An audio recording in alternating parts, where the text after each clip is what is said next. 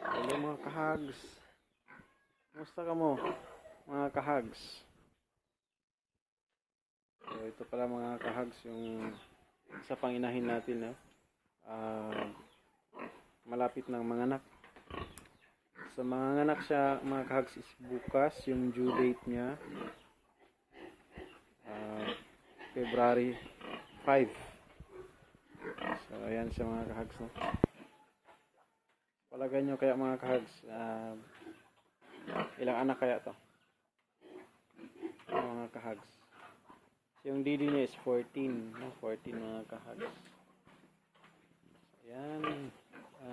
Medyo ano na rin yung yung ari niya ng mga kahags. Ayan. Malapit na talaga siya. Medyo ano pa yung ari niya masyado.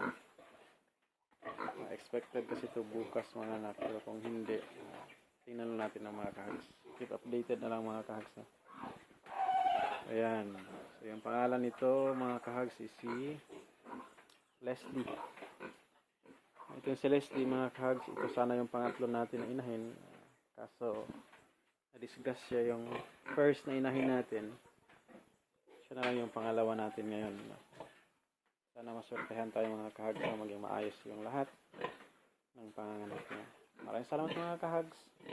Ingat din kayo at God bless sa mga hog business ninyo. And good luck.